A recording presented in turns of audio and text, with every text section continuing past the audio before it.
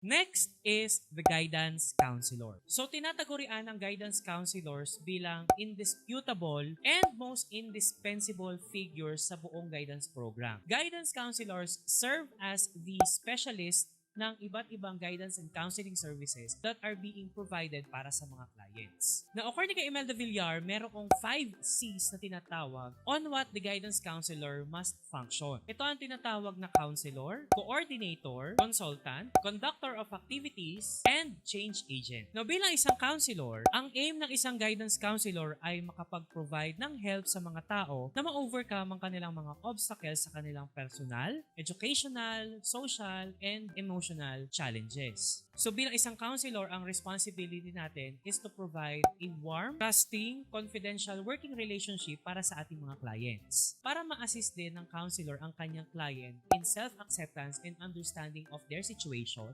ma-enhance ang decision-making and problem-solving skill ng isang client. So, ang guidance counselor can provide these services through a one-to-one working relationship or in a small group approach. Bilang isang coordinator naman, ang guidance counselor identifies and assigns different tasks na kailangang ma-accomplish ng guidance office by other person or an agency and ma-organize ng isang guidance counselor ang lahat ng aspeto ng task and responsibilities na ito para ma-meet ang goal ng office. So, as a coordinator, ang responsibility ng guidance counselor is to become a liaison between the client and the different service providers na kailangan ni client para makakolect sila ng information or ng recommendations and makapag-disseminate ng information and provide necessary services para sa clients.